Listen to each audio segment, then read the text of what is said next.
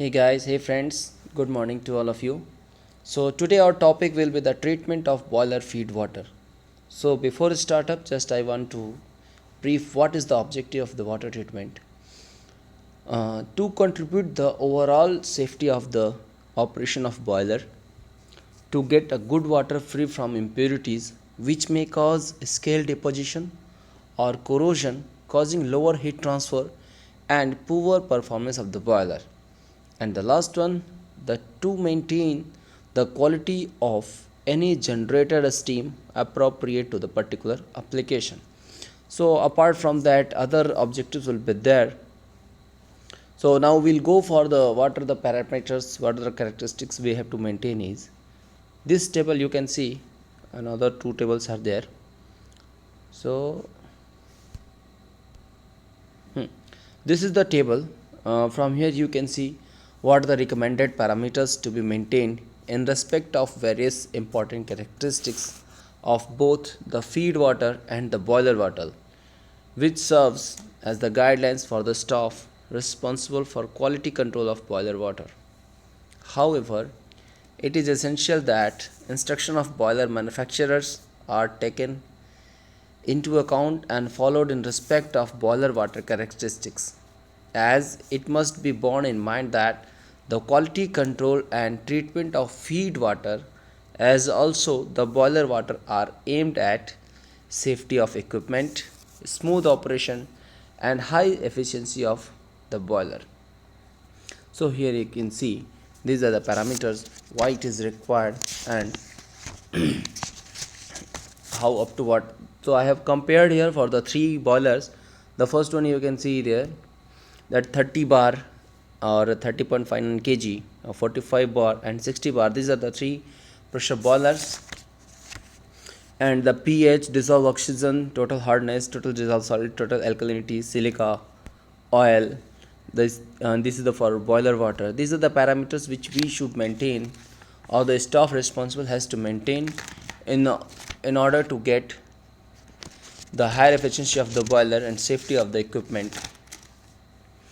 So these are the parameters we should know. Now which we'll go further, which type of boiler we should use for the, which type of water we should use for the boiler.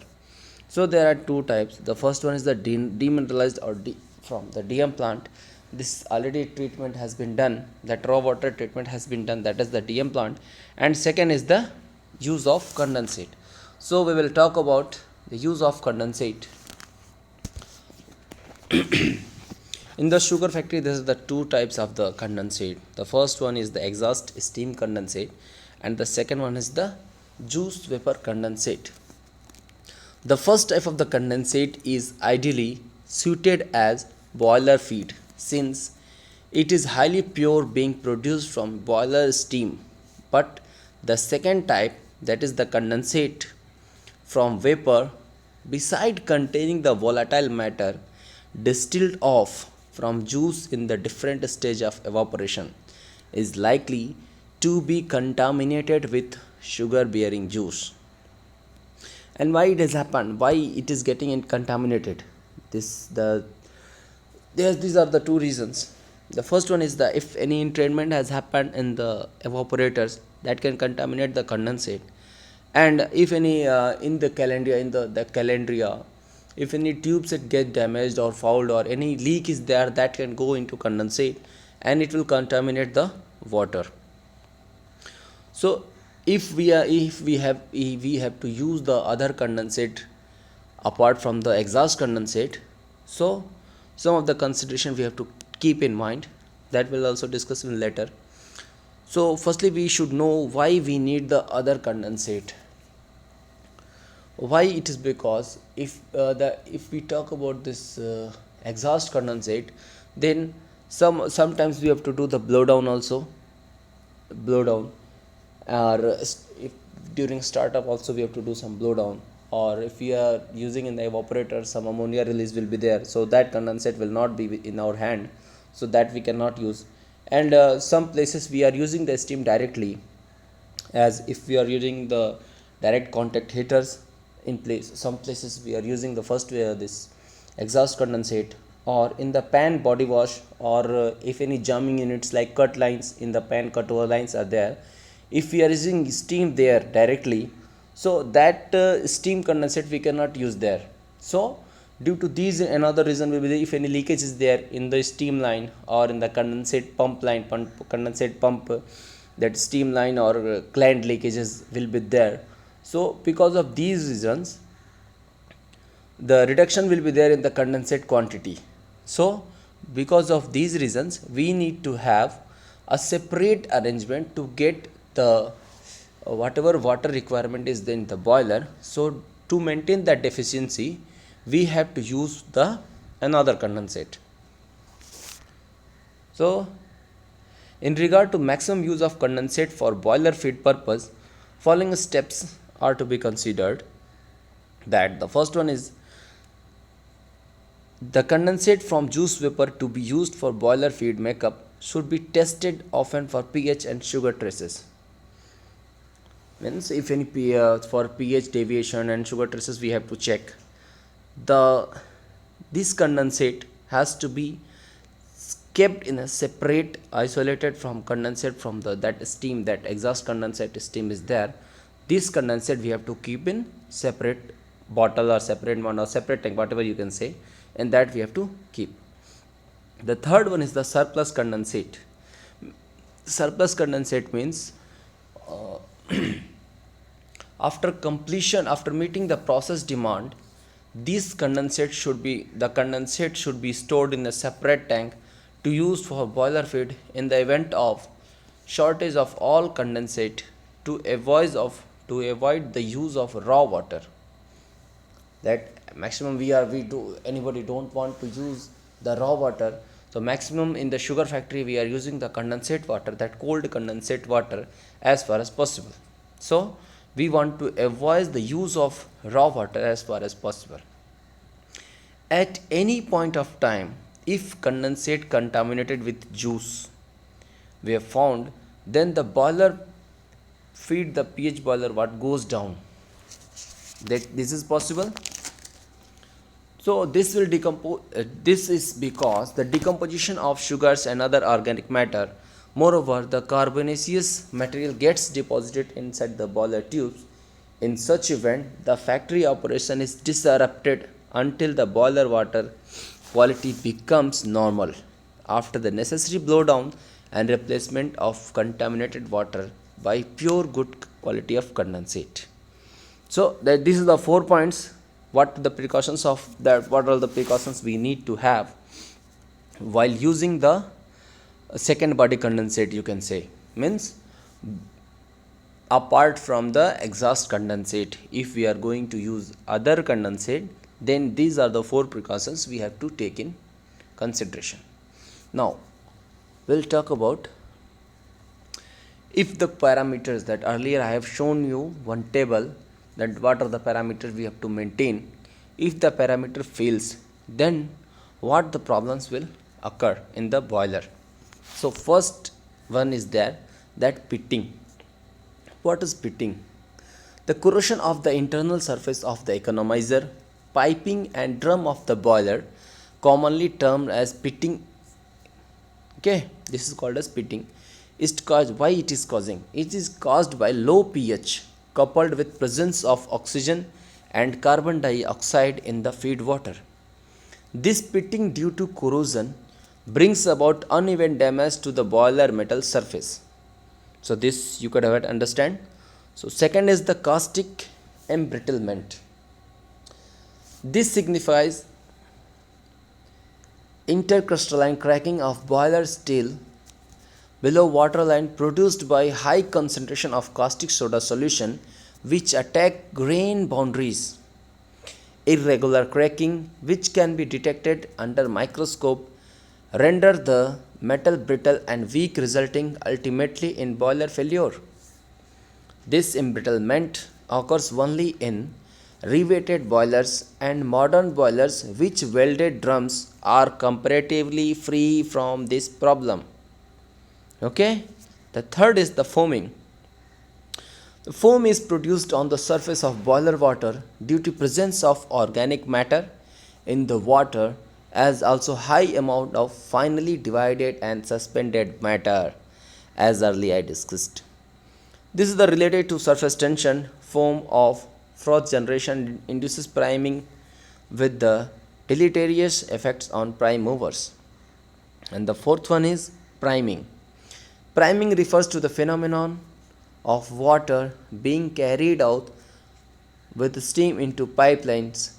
And why it is happening? It is caused by the high level of water in boiler drum, which reduces the effectiveness of steam separation space at full evaporation rate. The high second is the high concentration of salt in solution, high suspended matter in the boiler water.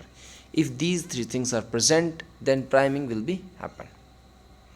The foaming and priming cause carry over of water into steam pipes and subsequently to the prime movers. The carryover of the solids to prime movers causes deposit accumulation on the turbine blades and engine cylinders. The deposit eventually cause damage to prime movers. So if the parameter deviation is there, so these four problem will occur. So now we'll go what are the treatment are required, what type of water treatment is present, feed water and boiler water treatment. So there are two methods. The first one is the internal treatment. What is the internal treatment is? In the case of internal treatment, chemicals are introduced into the boiler. You can see here the chemicals resin commonly added to the boiler are mainly of these are the chemicals like disodium phosphate, trisodium phosphate and soda hexametophosphate. These are the chemicals we have to introduce in the boiler to get the salt precipitated and removed in the boiler blowdown. Okay.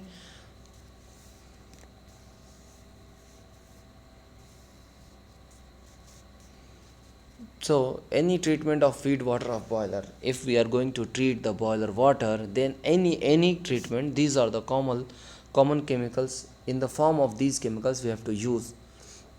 Why we have to use this? As to remove the calcium and magnesium salt contributing to hardness, to remove the acidity, to fatty matters oils. If any oil is present, then we have to remove it, and the dissolved gases.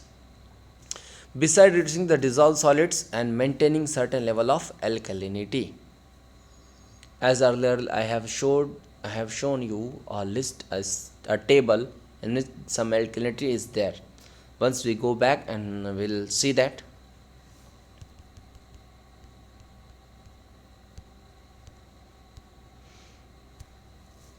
So here you can see there are some 6 is total alkalinity is also here. Next we'll go here, total alkalinity, maximum CO3 is there. So these we have to remove it.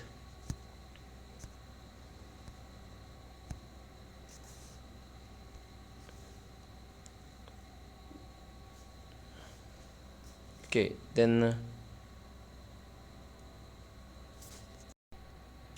the phosphate precipitate the calcium and magnesium salts and thereby bring down the hardness. Trisodium phosphate, that is Na3PO4, also serves to increase alkalinity of water. Alkalis normally used are sodium hydroxide and sodium carbonate, which maintain certain level of alkalinity for preventing damage to metal of boiler due to corrosion. Sodium sulfite and hydrogen are added in small doses for eliminating dissolved oxygen in water. Sodium sulfite and hydrogen, being reducing agent, react with oxygen in water. Starch addition is mainly aimed at proper coagulation of the precipitated components of hardness and there is a removal. In a special small tank installed near the boiler feed tank and pump, a solution of chemicals is made with definite concentration and is introduced into the boiler by chemical dosing pump or by suction through educator into the feed line to the boiler after feed pump, where a series of boiler is in operation Dosing should never be common for all boilers since it would lead to unknown distribution of chemicals to the boiler, and when all the boiler are served by one feed pump, it is desirable to connect the chemical delivery lines to individual feed lines of boilers. One day requirement of chemical shall be met by preparing sufficient quantity of solution in a daytime. It needs to be stressed in this behalf that the dosing of chemical has to be detected and dictated by the result of analysis of boiler water and feed water at regulatory and regular intervals, as it is essential to maintain quality norms of boiler water in respect of various components. So this is the for this was for internal treatment. Now we'll go for the external treatment. When water from condensate for boiler is not available or is inadequate, raw water has to be used for boiler feed purpose. The raw water often contains impurities derived from the source from which it is received and would thus need treatment before it can be suitable as boiler feed water. The major impurities in raw water are the salt of calcium and magnesium, which impart hardness to it, as also silica, organic matter, and impurities in suspension.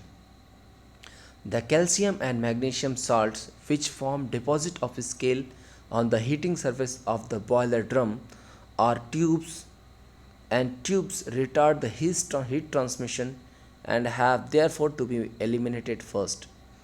There are two principal methods for achieving this. One is the chemical treatment and the other is by the ion exchange method. So first method is the chemical treatment, and that what has happened. The temporary or bicarbonate hardness can be removed by heating or lime treatment, whereby the carbonates are converted into insoluble matters or carbonates as follows. Here you can see the two reactions are given. The calcium bicarbonate, while reaction with calcium hydroxide, it is giving the calcium carbonate and water. Again the same as earlier stated here, as top you can see, this can be removed by heating or lime treatment. So first lime treatment you have seen. Now heat treatment is saying the CaHCO3 on heating gives calcium carbonate, means that bicarbonate, that hardness has been removed by heating itself.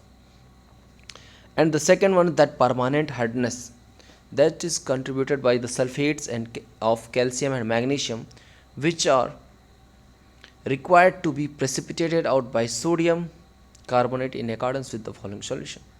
This following equation, this is the calcium or magnesium sulfate, that sodium carbonate when reacts with together they gives the calcium carbonate and sodium sulfate.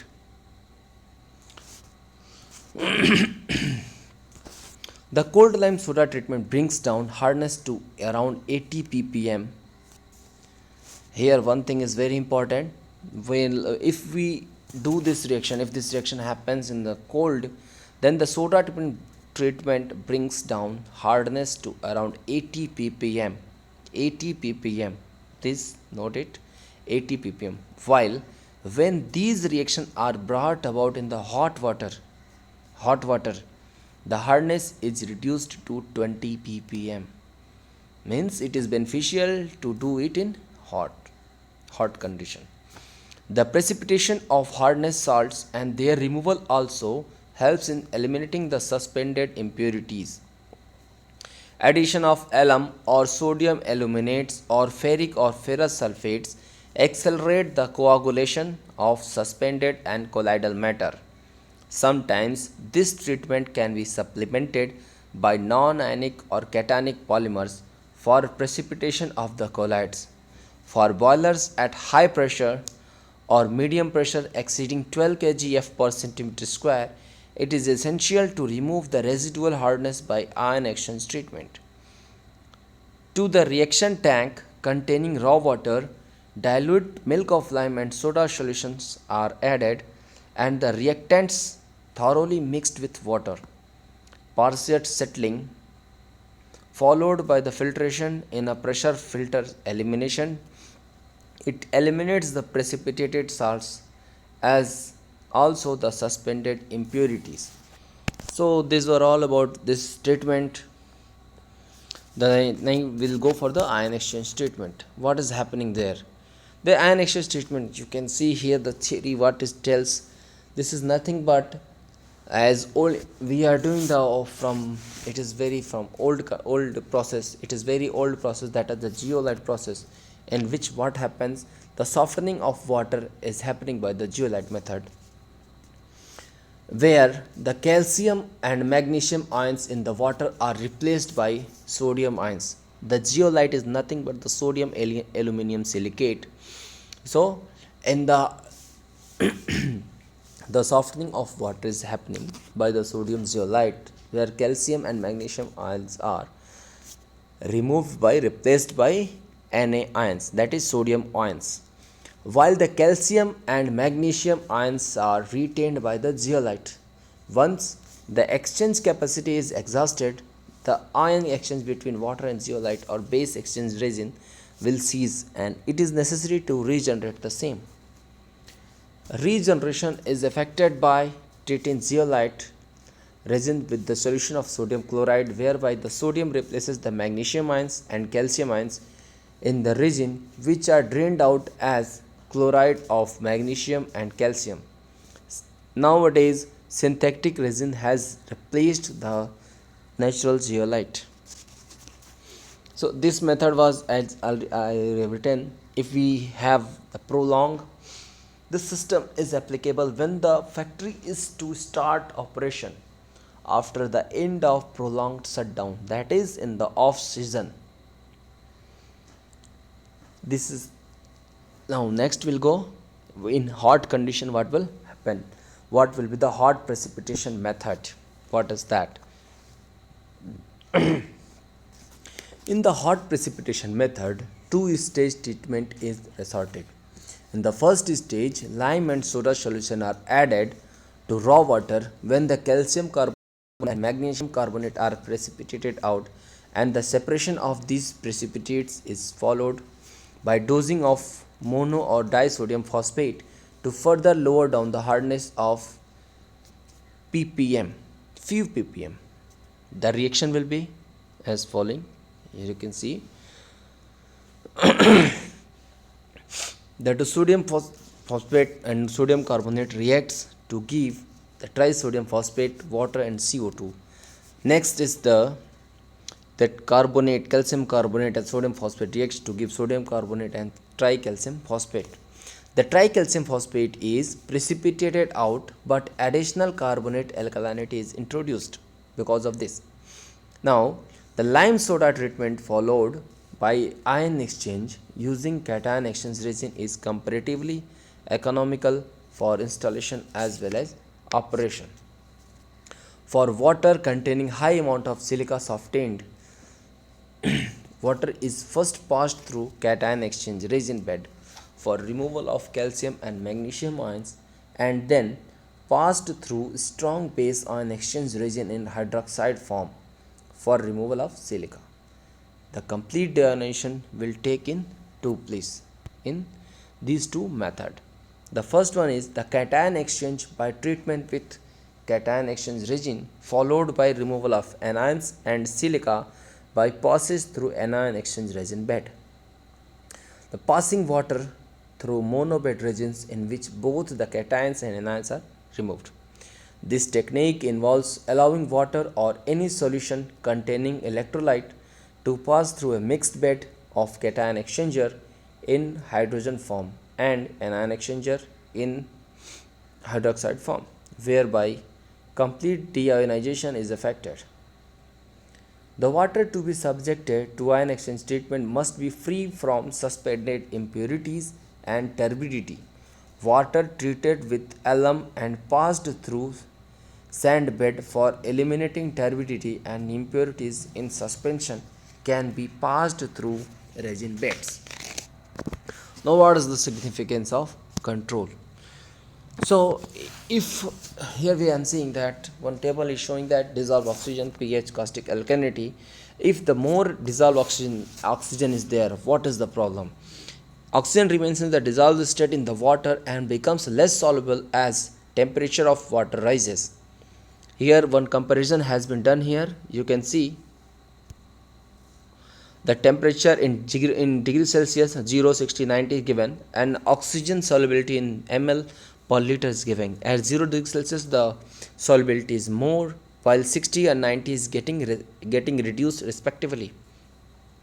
If that oxygen is present in the dissolved state, it causes corrosion of metal surface with the resultant pitting of the surface of tubes. So the deaeration can thus best be brought about the heating the feed water in the feed water tank to boiling point for reducing the oxygen content to minimum level by installing steam pipe in the tank. This heating will drive out oxygen and CO2. The residual quantity of oxygen can be eliminated by scavenging chemicals like sodium sulfite or hydrogen. Sodium sulfite forms sodium sulfate with oxygen, while hydrogen reacts with oxygen to form nitrogen and hydrogen. Now pH, as we know, if pH is less, the acidity will be there, then corrosion chances will be more. So it is better to have a pH in slightly alkaline mode or at 8 to 9 pH. At that pH, at 9 pH, the protective film of ferrous hydroxide is formed, which avoid the rusting of that tubes. That corrosion it will avoid. The third one is the caustic alkalinity. To prevent the corrosion from carbon dioxide, some minimum caustic alkalinity to be maintained as specified earlier. Otherwise, bicarbonates will produce carbon dioxide, which form carbonic acid, and that carbonic acid will react with the iron to get ferrous bicarbonate, and that is nothing but a corroded steel. The last but not the least, the hardness and dissolved solid. As stated elsewhere, that hardness of water caused by the presence of carbonate and bicarbonate early carbonate, chloride and sulfides. Earlier we have studied that, so this can you view. Next we'll go for the analytical control. Means why the analytical control is required. Suppose we are maintaining and any checks is not there, then we are unable to know whether the parameters maintaining is correct or not. So some periodicity should be there for checking the feed water and the other parameters. As you can see, the feed water pH, caustic alkalinity, total alkalinity, hardness, that twice daily. So this table we can follow for the analytical control.